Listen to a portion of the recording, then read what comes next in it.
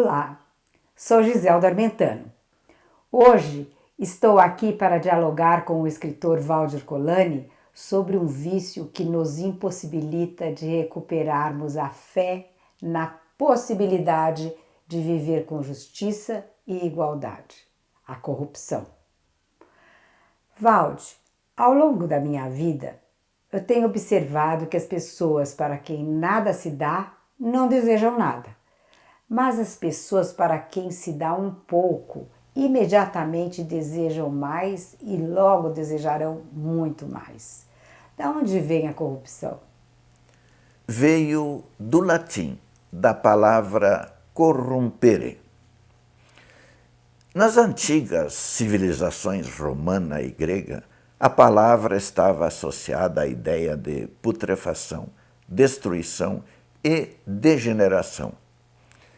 Indicava o corrompimento de um organismo vivo atacado por uma doença e também a erosão gradual de uma rocha causada pela ação da água ou do vento.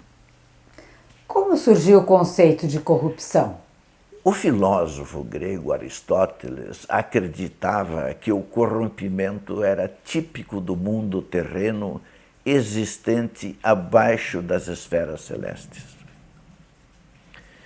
Para Aristóteles, o homem era fraco demais para reprimir sua ânsia de poder.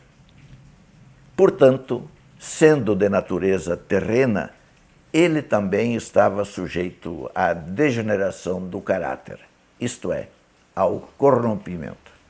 Você poderia citar algum exemplo desse conceito de corrupção no mundo antigo? Um caso clássico é do militar e senador de Roma, Lúcio Sérgio Catilina, que foi governador da África nos anos 67 e 66 a.C. Diversas vezes o político tentou ser nomeado cônsul, mas fracassou em todas.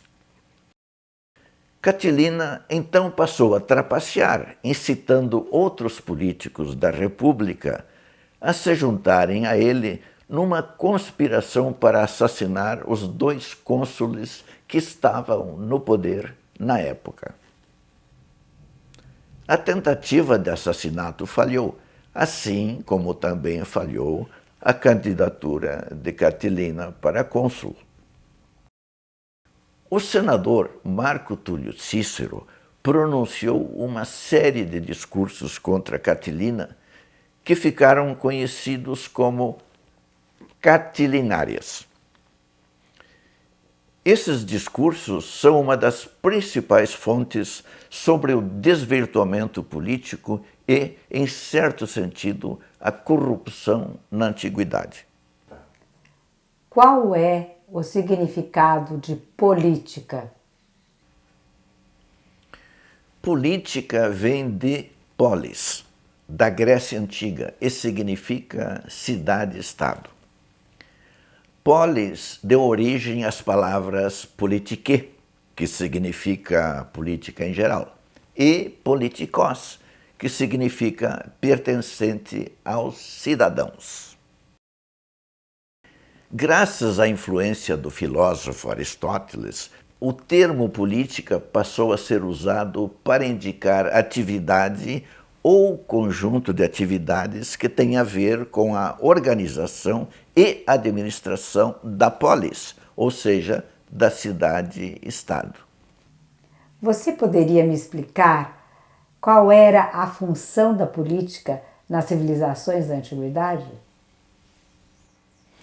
Os pensadores gregos e romanos acreditavam que os homens nasceram não apenas para viver em sociedade, mas também para agradar uns aos outros. Assim, a atividade política estava associada à prática da negociação e do diálogo, essenciais para identificar e conciliar os interesses da cidade-estado com o interesse de todos. Segundo Aristóteles, não havia atividade mais nobre do que a política. Entretanto, para que a política não se corrompesse, era necessário que o político pautasse suas ações na razão e na virtude. Valde, então, o que é virtude? É uma disposição de praticar o bem, uma qualidade moral exclusivamente humana. A aquisição da virtude depende em parte da educação, em parte da prática. Entre as virtudes está a prudência, que usa a razão para distinguir o verdadeiro bem e escolher os meios justos para atingi-lo. Está a justiça, que é a vontade firme de dar aos outros o que é devido. Está ainda a temperança, que garante o domínio do equilíbrio sobre os nossos instintos. A combinação entre a virtude e a razão impede que o homem seja dominado pela hubris, palavra de origem grega que significa a arrogância desmedida do poder, a insensatez que leva às tragédias. Onde os filósofos aprenderam esses conceitos? Aprenderam na revelação das leis naturais. Os filósofos gregos consideravam o universo um cosmo, isto é, um sistema de ordem e harmonia representado pelo arranjo correto dos astros e planetas, que se movimentam regularmente, regidos por leis que não admitem corrompimento. Sendo assim, podemos afirmar que o universo é solidário, pois tudo trabalha para o bem do todo e o todo trabalha para o bem de tudo.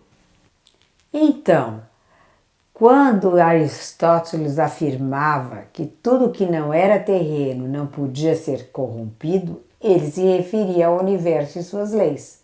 É isso? Sim, o filósofo grego acreditava que o universo era regido por um mecanismo automático que se autorregula. Segundo Aristóteles, ninguém pode perturbar o equilíbrio do universo, porque a ação do perturbador provoca a reação do perturbado. Esses dois fatores, ação e reação, atuando como causa e efeito, mantêm o equilíbrio. A Terra gira no seu eixo e temos o dia e a noite.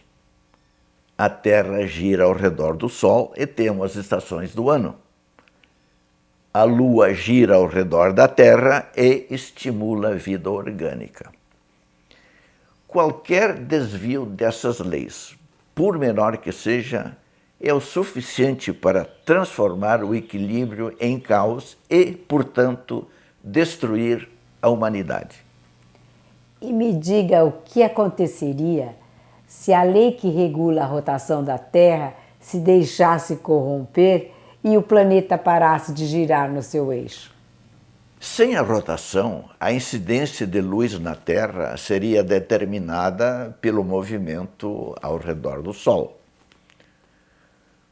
O dia passaria a ter a duração de um ano, sendo a metade com luz e a outra metade no escuro. E quais seriam as consequências?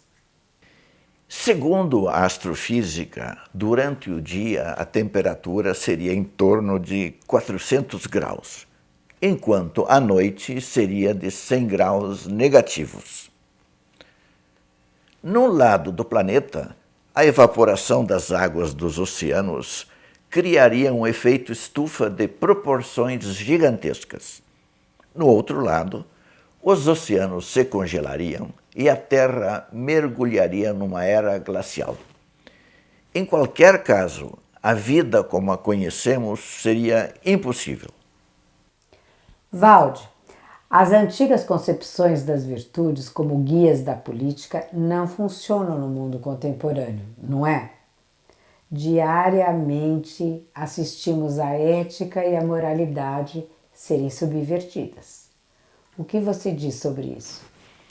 Quando as virtudes cessam de existir, a soberba e a ganância entram nos corações e os desejos mudam de objeto.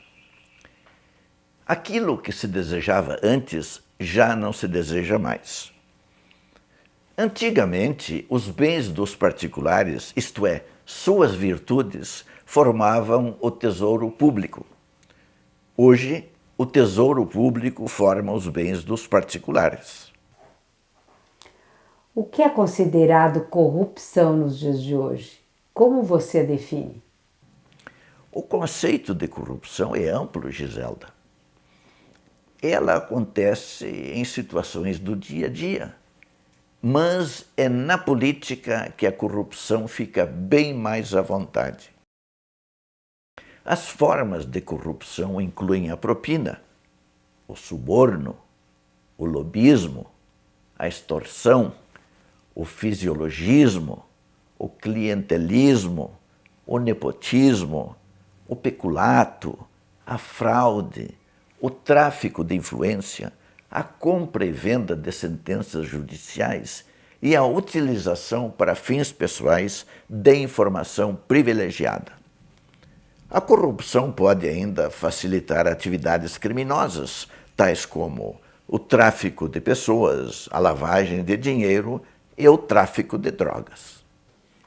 Valde, a minha curiosidade e minhas dúvidas são muitas. E eu gostaria de saber quando surgiram essas formas de corrupção do mundo moderno. Quais foram as causas e como elas evoluíram? Surgiram e evoluíram com a Revolução Industrial, que se espalhou, causando enormes transformações pelo mundo. Foi a Revolução Industrial que garantiu o surgimento da indústria e a consolidação do capitalismo. Desde então, o mundo ficou cada vez mais integrado, tanto econômica quanto politicamente. O universo político passou então a se associar a práticas ilícitas, como o favorecimento de grandes corporações. Num mundo globalizado que busca incessantemente a acumulação do capital e uma sociedade cujo bem supremo é o enriquecimento, a manutenção das virtudes ficou quase impossível. Em que momento começou a degradação moral do homem moderno?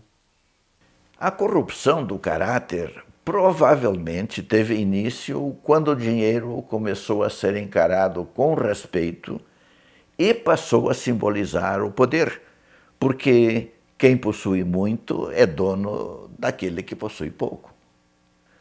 O homem, então, abandonou princípios morais, tais como justiça, honestidade e amor ao próximo, para se dedicar a atividades ilícitas lucrativas, colocando o bem-estar individual acima do bem-estar coletivo.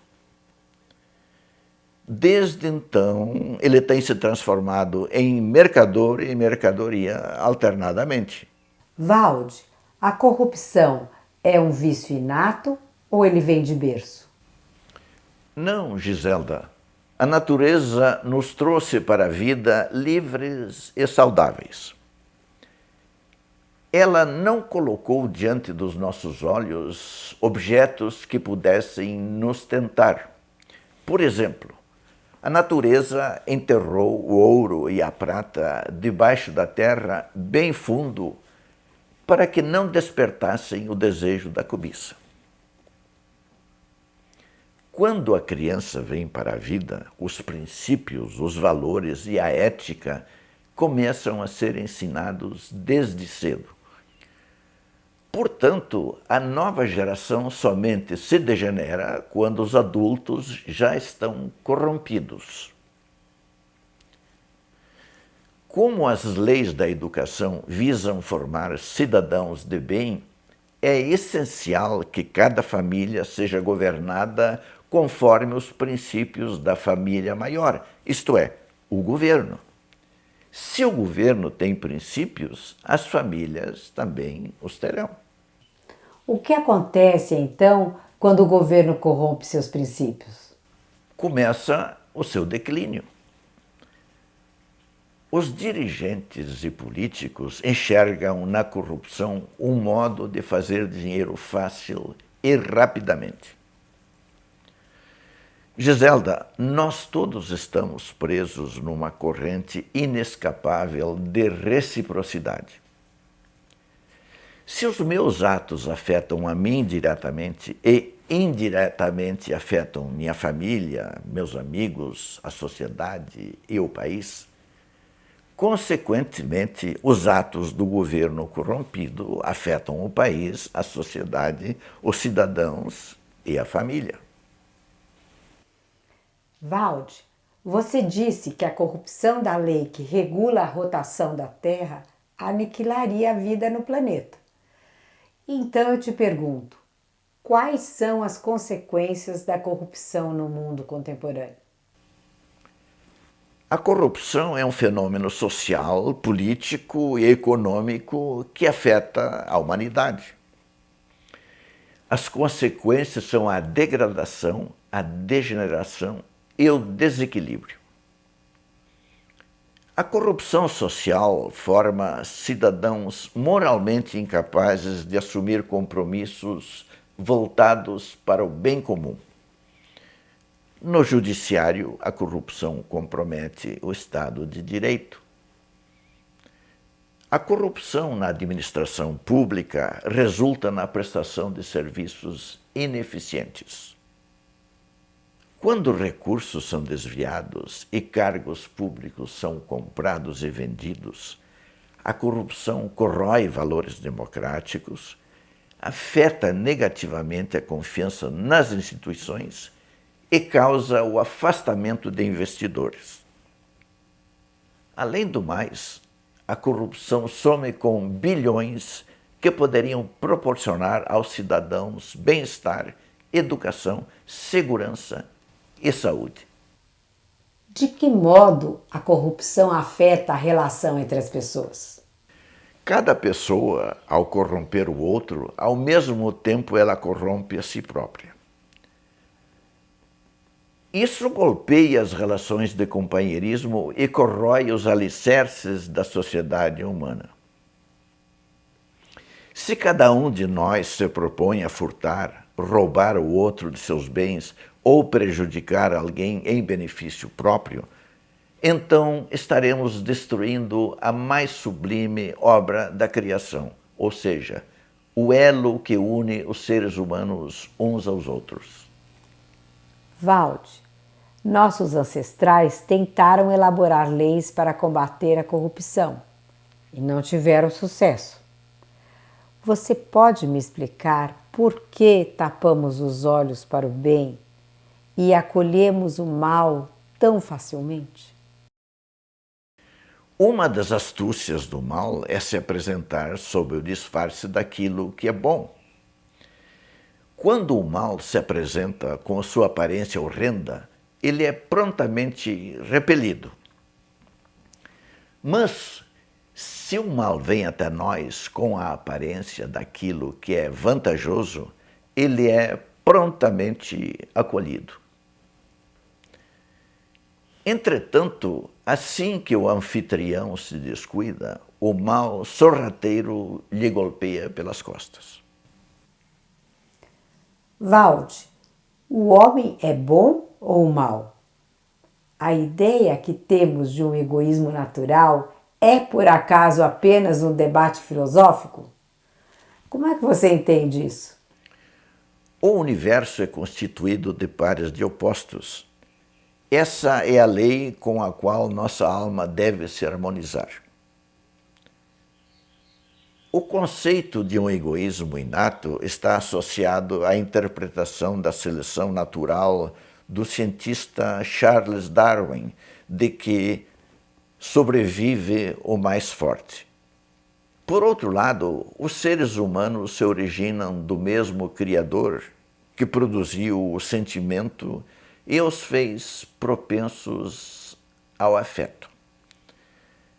O Criador estabeleceu a probidade, a integridade, a imparcialidade, a equidade e a justiça.